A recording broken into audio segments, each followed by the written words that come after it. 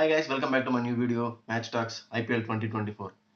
ఇవాళ వీడియో ఏంటంటే వింటేజ్ ధోని. నిన్న మ్యాచ్లో చూసారు కదా, లాస్ట్ 2 మ్యాచెస్ నుంచే ఫ్యాన్స్ చాలా ఈగర్గా వెయిట్ చేస్తున్నారు ధోని బ్యాటింగ్ కోసం.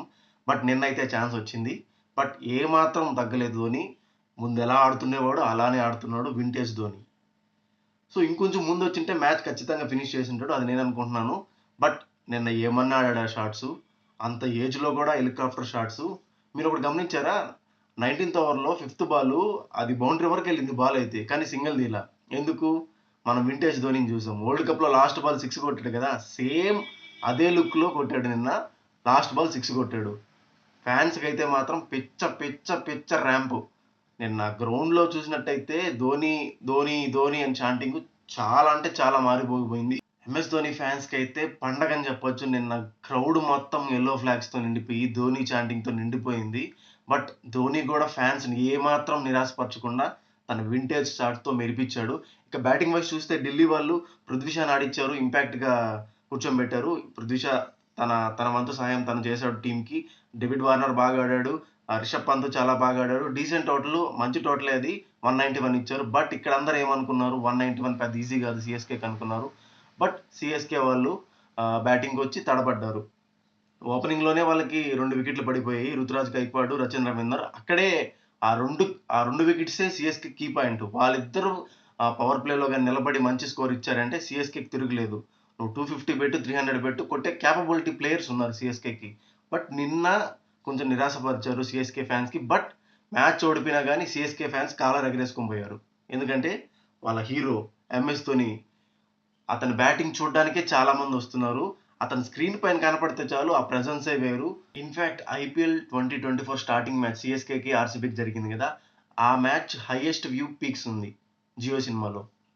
సో అంతమంది ఫ్యాన్స్ ఎంఎస్ ధోని బ్యాటింగ్ కోసం ఈగర్గా వెయిట్ చేస్తున్నారు. అది నిన్నైతే వచ్చింది.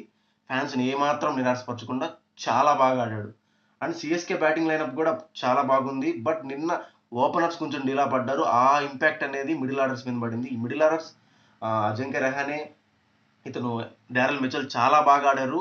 బట్ శివం డూబేకి ఇంకొంచెంగా నుండింటే ఖచ్చితంగా మ్యాచ్ గెలిచి ఉంటుంది శివం డూబేగా నుండింటే. బట్ ముఖేష్ యాదవ్ బౌలింగ్ కూడా చాలా బాగా వేశాడు డెత్ ఓవర్లో. ముఖేష్ యాదవ్ అక్కడ శివం దూబేని వెనక్కి పంపించాడు కాబట్టి ఢిల్లీ కొంచెం గెయిన్ చేసుకోగలిగింది. లేకుంటే ఎంఎస్ ధోనికి ఇంకొక ఓవర్ కానీ ఉండింటే, ఇంకొక ఓవర్ ముందే కానీ వచ్చింటే, ఆ సలీం రిజ్వీని పంపించాడు కదా, సారీ సమీర్ రిజ్వీ ప్లేస్లో ఎంఎస్ ధోని కానీ వచ్చింటే ఖచ్చితంగా దగ్గరకు వచ్చేది మ్యాచ్. ఖచ్చితంగా గెలుస్తుందని నేను అనుకుంటున్నాను. గెలిచేది వింటేజ్ ధోని. అక్కడ హ్యాపీగా 50 రన్స్ చేసేవాడు ధోని.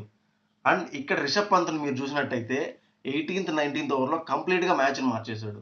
అసలు 150 టార్గెట్ ఇస్తారని మేము అనుకున్నాం ఢిల్లీ వాళ్ళు. బట్ 18th 19th ఓవర్ కంప్లీట్గా మార్చేశాడు. అతను కూడా హెలికాప్టర్ షాట్స్ కొట్టి వాళ్ళ రిషబ్ పంత్ ఫ్యాన్స్ని చాలా అంటే చాలా ఎంటర్టైన్ చేశాడు. చాలా రోజుల తర్వాత వచ్చాడు రిషబ్ పంత్ యాక్సిడెంట్ తర్వాత. బట్ నిన్న 50 రన్స్తో I'm back to the field అంటూ 50 రన్స్తో వాళ్ళ ఫ్యాన్స్కి వెల్కమ్ చెప్పాడు. అండ్ ఇక్కడ మనం ఇంకోటి మర్చిపోకూడదు, అతిరానా ఒకే ఓవర్లో మిచెల్ మార్ష్ని, స్టబ్స్ని వెనక్కి పంపించాడు. అబ్బా, ఏమన్నా యార్కర్లు వేసాడా? లసిత్ మలింగానే గుర్తొచ్చాడు నాకు. క్లీన్ యార్కర్ దింపి ధోనికి సిగ్నల్ ఇస్తున్నాడు, మైహూనా అంటూ. అతిరానా బౌలింగ్ కూడా చాలా బాగుంది. ఖలీల్ అహ్మద్ కూడా చాలా బాగా బౌలింగ్ వేశాడు. అండ్ నిన్న ఎవరైనా వైజాగ్ స్టేడియంలో లైవ్గా మ్యాచ్ని చూసినట్టయితే మీ ఎక్స్పీరియన్స్ ఎలా ఉందో కామెంట్స్లో మెన్షన్ చేయండి.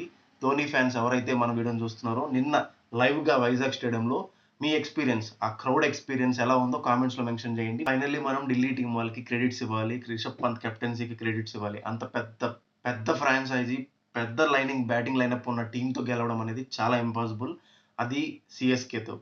బట్ రిషబ్ పంత్కి మనం, ఆ కెప్టెన్సీకి మనం క్రెడిట్స్ ఇవ్వాలి. చాలా బాగా బౌలింగ్ లైనప్ ఉంది, చాలా బాగా బ్యాటింగ్ ఆడాడు, చాలా మంచి బౌలింగ్ లైనప్ ఇచ్చారు. బట్ అక్కడ సిఎస్కే ధోని బ్యాటింగ్ తప్ప పూర్ స్టార్టింగ్ ఉంది.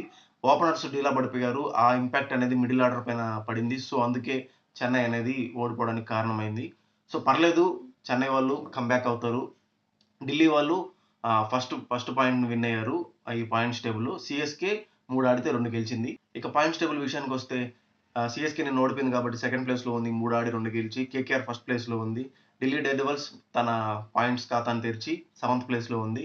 ఇంకా purple cap, orange cap as remains same. Virat Kohli the king Kohli దగ్గర ఆరెంజ్ క్యాప్ ఉంది. Purple cap Chennai holder Mustafizur Rahman దగ్గర ఉంది. ఇది గైస్ ఇవాల్టి వీడియో మ్యాచ్ టాక్స్. ఐపీఎల్ 2024. మరిన్ని ఇలాంటి వీడియోస్ కోసం మన ఛానల్ లైక్, షేర్, సబ్స్క్రైబ్ చేయండి. బెల్ ఐకాన్ క్లిక్ చేయండి. Thanks for watching my video guys. See you until in next video. జై హింద్.